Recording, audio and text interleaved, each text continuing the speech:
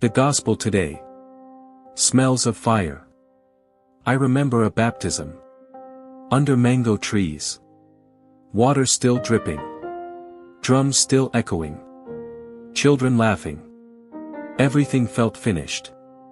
And then Grace did something dangerous. A young father stepped forward, holding a bundle wrapped in cloth. Then another. And another. A circle formed. Hands opened. Old clay idols. Cracked photographs. Beads. Charms. Objects fed by fear. And carried for generations. The father looked at me. And said quietly, "Burn everything. We want only Jesus now." My heart hesitated.